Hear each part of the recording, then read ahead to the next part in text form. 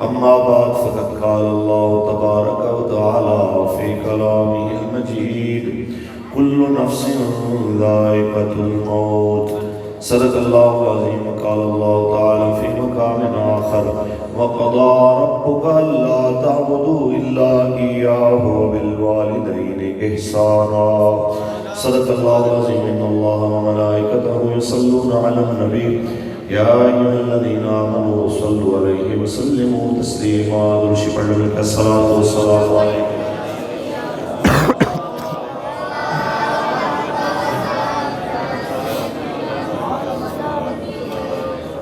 کوئی گل باقی رہے گا نہ چمن رہ جائے گا، بس رسول اللہ کا دین حسن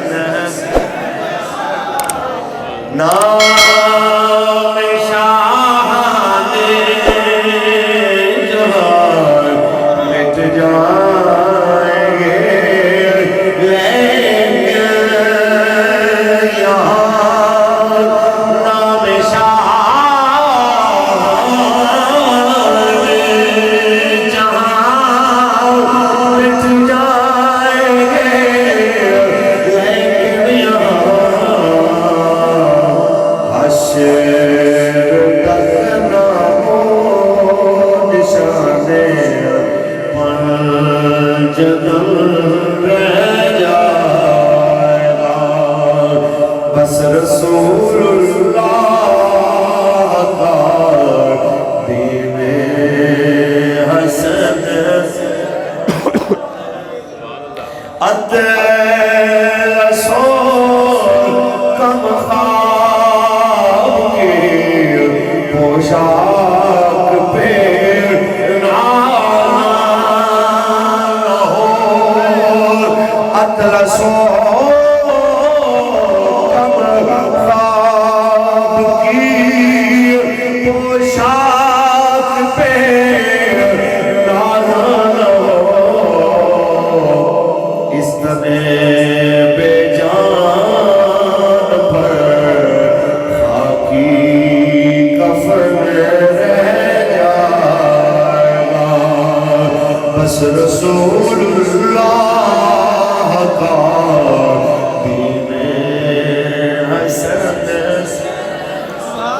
اللہ تبارک و تعالی جل وعلا کی حمد و ثنا کے بعد آقا نامدار شفیع روز شمار حضور احمد مجتبی محمد مصطفیٰ صلی اللہ علیہ وسلم کی ذات طیبہ پہ لامحدود درود و سلام کے نذرانے پیش کرنے کے بعد دعا ہے کہ مولا کریم اس بابرکت محفل کو اپنے فضل و کرم سے قبول و منظور فرما کے بھائی نعمان صاحب کی والدہ مرحومہ مغفورہ کے لیے مغفرت کا ذریعہ بنائے.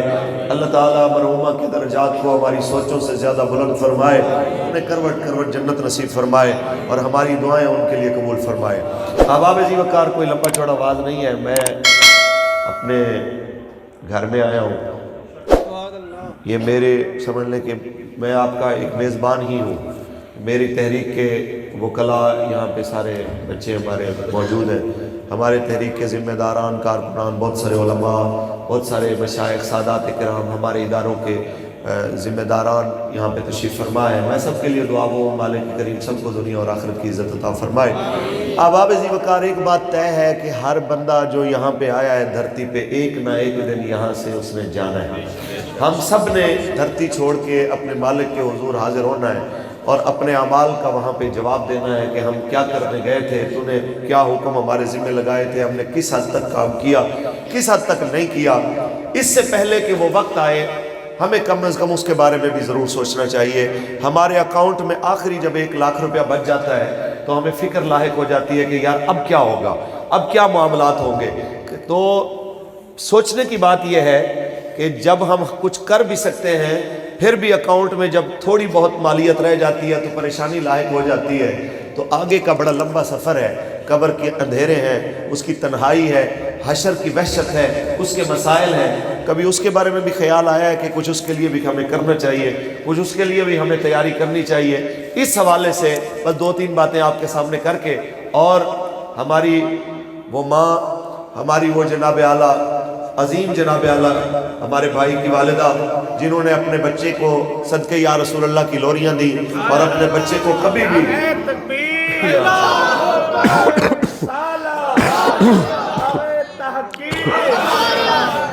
کبھی بھی اپنے بچے کے لبیک یا رسول اللہ کبھی بھی اپنے بچے کے رستے کی رکاوٹ نہیں بنی، بلکہ انہیں ہر دفعہ جب بھی ناموس رسالت پہ پہرے کی باری آئی تو اپنے بچے کو دعائیں دے کے روانہ فرمایا۔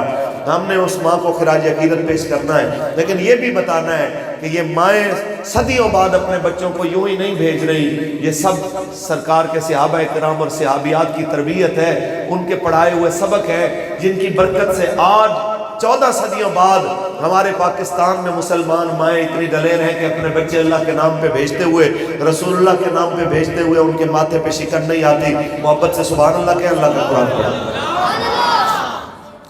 خالق کائنات نے ارشاد فرمایا کل نفس ذائقۃ الموت، ہر جینوں نے موت کا ذائقہ چکھنا ہے، جو دنیا پہ آیا ہے ایک نہ ایک دن جانے والا ہے، اور میرے آقا مولا نے جناب اعلیٰ فرمایا موت کا تعارف کیا ہے؟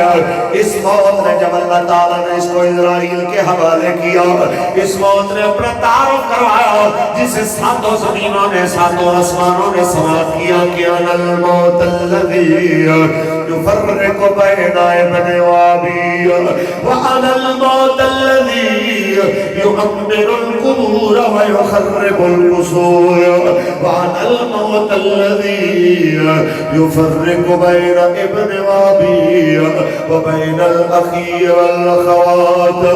آقا مولا علیہ السلام نے فرمایا اس موت نے تعارف کروایا، میں وہ موت ہوں جو باپ اور بیٹے کو الگ کر دینے والی ہے، ماں بیٹے کو الگ کر دینے والی ہے، بہن بھائیوں کو الگ کر دینے والی ہے، جو گھروں اور محلوں کو ویران کر کے قبروں کو آباد کر دینے والی ہے۔ تو یہ موت نے جب آنا ہے، میرے آقا مولا نے فرمایا اس لیے چاہیے تم سب لوگوں کو کہ اپنے اعمال کی تیاری کرو، الدنیا مزرعۃ الآخرہ، یہ دنیا آخرت کی کھیتی ہے۔ قرآن بھی کہتا ہے کہ تمہیں چاہیے کہ اللہ سے ڈرو، اور یہ چاہیے تمہیں وَلْتَنْظُرْ نَفْسٌ مَا قَدَّمَتْ لِغَدٍ، اور اپنے کل کے لیے تم نے کیا بھیجا اس کی بھی تیاری کرو۔ ہمارے شاہ فرماتے ہیں جانا مٹی دے ہیٹھ ہر ایک بندے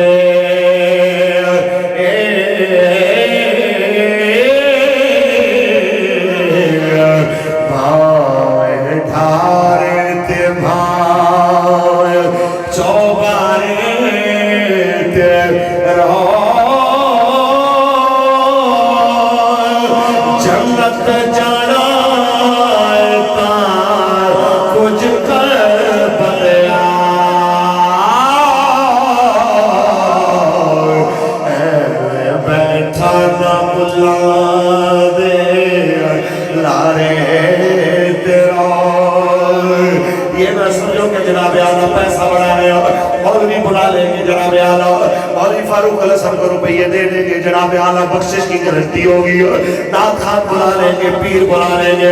یہ یاد رکھیے میں دعا کر سکتا ہوں، بخشش کی گارنٹی میں نہیں دے سکتا، بخشش کی گارنٹی میرا رب دے، یا اس کی ترجمانی کرنے والا اس کا حبیب دے، یا جنت کی سرداری کے جن کے لیے اعلان ہوئے حسنین کریمین نے یا رسول اللہ صلی اللہ علیہ وسلم کے ہمراز دے۔ میں کہنا چاہتا ہوں ہماری کیا حیثیت ہے، ہم دعا کر سکتے ہیں، التجا کر سکتے ہیں، آپ کو آنے والے خطرے سے متنبع کر سکتے ہیں۔ حضرت میاں محمد بخش فرماتے ہیں اے دنیا اے چکیارو تے اسیاں اس دے دانے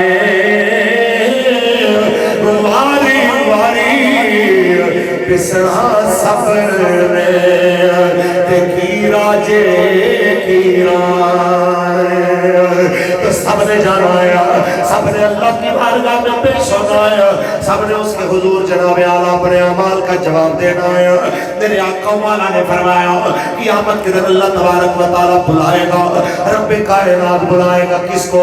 جناب اعلیٰ ایک بادشاہ کو کہ تو نے میری عبادت میں سستی کیوں کی، ایک ذمہ دار کو تو نے میری عبادت میں سستی کیوں کی، ایک عورت کو کہ تو نے میری عبادت میں سستی کیوں کی، ایک مریض کو کہ تو نے میری عبادت میں سستی کیوں کی۔ تو آج جناب اعلیٰ ایک ایسے جو صاحب وہ بھی جناب اعلیٰ ان کی مصروفیات بڑی ہیں، ذرا سوچئے کہ آج تو جناب ہم کہتے ہیں ہمارے پاس بڑی مصروفیت ہے، آج جناب اعلیٰ ایک ایم پی کہتا ہے میری مصروفیت بڑی، پیر صاحب کہتے ہیں میری مصروفیت بڑی ہے، ایسے وہ بادشاہ بھی کہے گا میری بڑی مصروفیت تھی مالک اس لیے میں تیری عبادت نہیں کر سکا۔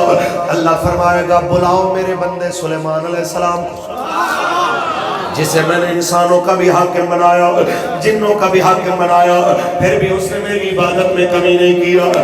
اچھا یہ اگر جنوں انسانوں کے فیصلے کر کے پھر بھی مجھے یاد کر سکتا ہے، تمہیں تھوڑے سے ٹکڑے کی حکومت اور ذمہ داری کیا ملی، تو مجھے ہی بھول گیا۔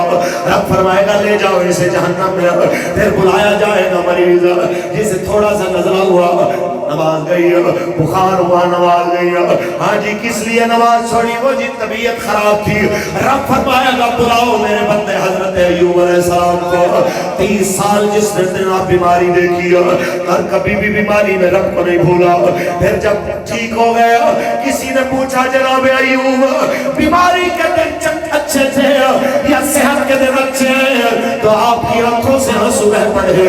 فرمایا سچ پوچھو بیماری کے دن بڑے اچھے تھے، جب میں پریشانی اور درد سے کہتا تھا او میرے اللہ، تو میرے رب کی مجھے آواز آتی تھی ایوب تیرا کیا حال ہے، تو کیسا ہے، تیری طبیعت کیسی ہے؟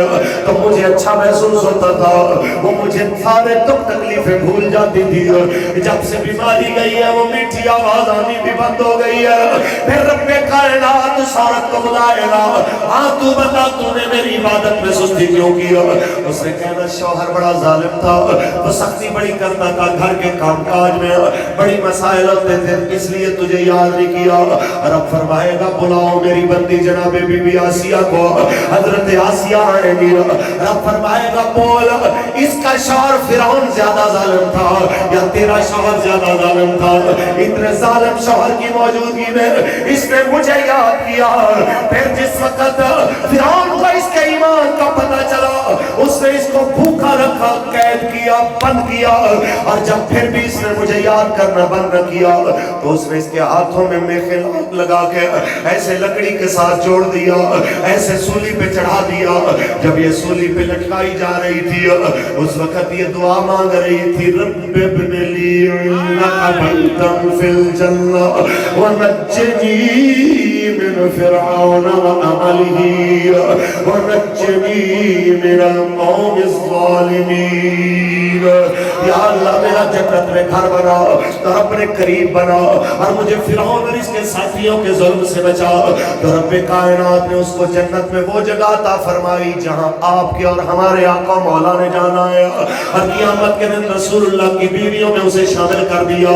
تو جناب اعلیٰ یہ ساری آپ کو لمبی بات سنانے کا مقصد یہ تھا، ہم سب نے پیش ہونا ہے، سستی نہیں کرنی ہے، ہم سب نے اس کے دین کے لیے اتنا کام کر کے ضرور جانا ہے کہ جب پیشی ہو تو مالک خود کہیں اس نے بڑا کام کیا ہے۔ یہ آواز کیمرے کے ذریعے ماؤں بہنوں بیٹیوں تک جائے تو میں انہیں پیغام دینا چاہتا ہوں۔ بھائی نعمان صاحب کی والدہ مرحومہ کے اصالِ ثواب کی اس بزم میں او بیٹیوں، ماؤں بہنوں، آپ تو بڑی ماں کی عظیم جناب اعلیٰ وارث ہیں، آپ تو ان کی وارث ہیں کہ اسلام کے اندر سب سے پہلے شہادت کا رتبہ، حضور کے غلاموں میں سب سے پہلے شہادت کا رتبہ ایک عورت کو ملا۔ سب سے پہلے یہ سعادت رب کائنات نے حضرت بی بی سمیہ کو عطا فرمائی کہ جس وقت ابو جہل انہیں مارتا ہوا مکہ کے چوک میں لایا، اس کے حوالی بھی اس کے ساتھ آئے۔ یہ ماں کوئی عام نہیں ہے، یہ حضرت عمار بن یاسر کی ماں ہے۔ جناب اعلیٰ یہ وہ عمار بن یاسر کی ماں ہے جس عمار کو میرے آقا نے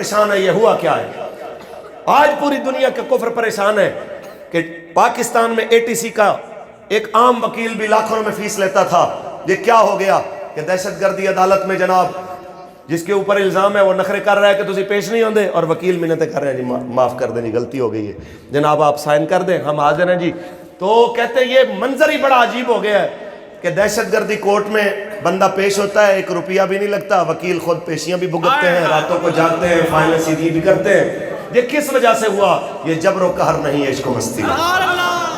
یہ کیسے ہوا کہ ہزاروں فورس سامنے کھڑی ہوتی ہے اور بعد میں جناب اعلیٰ جس وقت حضور کے غلام آگے بڑھتے ہیں، بعد میں SHOs رپورٹیں دیتے ہیں، بعد میں جناب اعلیٰ رپورٹ لکھی جاتی ہے، DSP اور SP رپورٹ دیتے ہیں. کیا کریں صاحب 4000 کی فورس ہمیں ملی تھی، اس میں 3000 تو لبیک کے ساتھ شامل ہو گئی. کیا کریں جناب اعلیٰ؟ وہ کہہ سکتے تھے نوکری چھوڑ سکتے ہیں، حضور کی محبت نہیں چھوڑ سکتے. لبیک لبیک یا رسول اللہ، لبیک لبیک لبیک یا رسول اللہ، لبیک لبیک لبیک یا رسول اللہ، تاجدار ختم نبوت. تو یہ پوری دنیا کا کفر، پوری دنیا کی اسٹیبلشمنٹ اس بات پہ حیران و پریشان ہے یہ ہوا کیا ہے. تو ہم انہیں بتانا چاہتے ہیں کہ پاکستان کے جس ادارے میں آپ چلے جاؤ، چاہے وہ پولیس ہو، چاہے وہ فوج ہو، چاہے وہ عوام ہو، چاہے وہ تاجر ہو، چاہے وہ خفیہ ادارے ہوں، جہاں مرضی تم چلے جاؤ وہاں پہ وہ بچے موجود ہیں اور بڑی تعداد میں موجود ہیں جن کی ماؤں نے انہیں صدقے یا رسول اللہ کی لوریاں دی. ہمارا سب کچھ رسول اللہ پہ قربان ہے، ہمارا سب کچھ آقا مولا پہ قربان ہے. لہٰذا یہ ملک اگر کسی ظالم اور فاسق و فاجر کے ہاتھ میں اگر اس کا اقتدار آ گیا ہے تو وہ یہ مت سمجھے کہ سدا اس نے رہنا ہے. اس سے پہلے بھی بڑے بڑے یہاں پہ آ چکے ہیں. یہاں پہ مشرف جیسے مکے لہرا لہرا کے کہنے والے ہم تمہیں وہاں سے ہٹ کریں گے تمہیں پتہ بھی نہیں چلے گا. اس کی والدہ فوت ہوتی ہیں تو وہ دفنانے کے لیے پاکستان نہیں آ سکتا. میں کہنا چاہتا ہوں اسی پاکستان میں 3 مرتبہ وزیر اعظم رہنے والا اپنی بیوی کو دفن کرنے کے لیے یہاں نہیں آ سکتا، اپنے والد کو دفن کرنے کے لیے یہاں نہیں آ سکتا. تو میں کہنا چاہتا ہوں خان صاحب آپ ہوں یا اپوزیشن والے جو ابھی اسمبلی میں بیٹھے ہیں، آپ کے پاس بڑا تھوڑا ٹائم رہ گیا ہے. کچھ رسول اللہ کے دین کے لیے کر جائیں، کچھ حضور کی ناموس کے لیے کر جائیں، ورنہ یہ یاد رکھیے کہ ان قریب اسمبلیوں میں محمد عربی کے فقیر آنے والے ہیں انشاءاللہ. ان قریب اسمبلیوں میں محمد عربی کے غلام آنے والے ہیں. بعد میں یہ نہ کہیے گا کہ ہمیں جناب پتہ ہی نہیں چلا. یہ قوم آپ سے جو جن کا پیٹرول آپ نے 70 روپے سے بڑھا کے 147 تک لے گئے ہیں، جہاں جن غریبوں کا آپ کھانے کے لیے جناب کوکنگ آئل 170 سے 400 تک لے گئے، جن کا آٹا 30 سے 80 تک لے گئے، جو غریب 3 ٹائم کی بجائے 1 ٹائم کی روٹی پہ مجبور ہوا. اس کو جب مہنگائی کے نام پہ لوگوں نے بلایا یہ نہیں نکلا، اس کو جب روٹی کے نام پہ لوگوں نے بلایا نہیں نکلا، لیکن جب اس کو رسول اللہ کی محبت کے نام پہ بلایا تو یہ بھوکا ننگا بھی روڈوں پہ نکل آیا ہے. یہ آپ کو بتا رہا ہے کہ ہمارا سب سے بڑا مسئلہ اس پاکستان میں رسول اللہ کا نظام لانا ہے. اگر وہ نظام آ جائے گا تو یہ قوم آپ کی ساری باتوں کو بھول جائے گی، آپ کی زیادتیوں کو بھی ہم معاف کر دیں گے، آپ کی مہنگائی کو بھی معاف کر دیں گے. لیکن اگر رسول اللہ کے دروازے سے آپ نے قوم کو پھیر کے کسی اور طرف لے جانے کی کوشش کی تو یاد رکھیے یہ قوم آپ کو کبھی معاف نہیں کرے گی، یہ کبھی بھی آپ کو معاف نہیں کرے گی. میڈیا کے اوپر اسلام اور اسلام کا نام لینے والوں کے اوپر جتنے لوگ بیٹھ کے زبان درازیاں کر رہے ہیں، ہم انہیں کہنا چاہتے ہیں اپنے اندر کا بغض جتنا مرضی تم نکال لو، تمہارے کہنے پہ نہ لبیک دوبارہ کل عدم ہونے والی ہے، نہ تمہارے کہنے پہ یہ مٹنے والی ہے.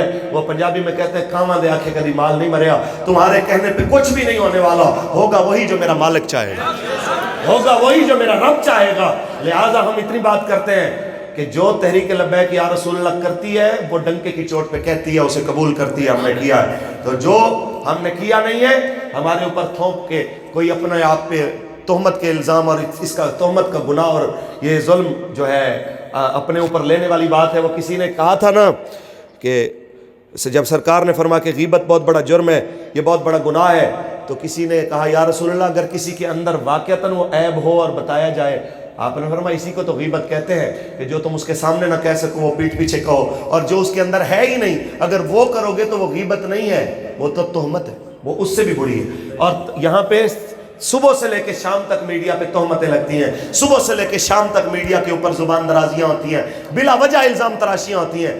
قاتل کا بھی موقف کوئی لیتا ہے. ہمارے کورٹوں میں آپ دیکھتے نہیں ہیں کہ اگر مقتول کی گواہی ہوتی ہے تو مقتول کے کوئی عزیزوں کی گواہی ہوتی ہے تو قاتل سے بھی پوچھا جاتا ہے کہ نہیں پوچھا جاتا کہ بھئی تو نے واقعی قتل کیا یا الزام ہے.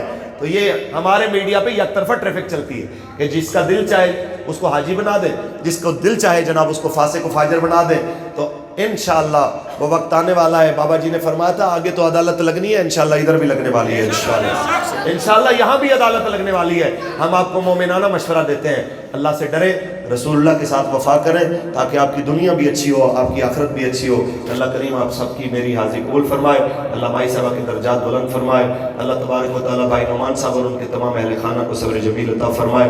آمین وآخر دعوانا الحمدللہ. تاجدار ختم نبوت کاف ککھاں دیاں کلیاں رہ گئیاں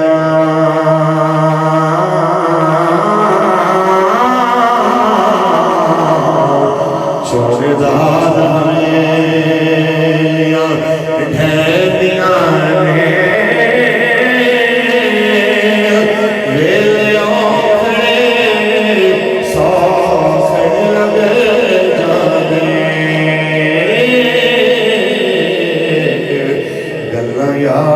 سجن دیا سلام کا اکثر پڑھیں. صفا جانے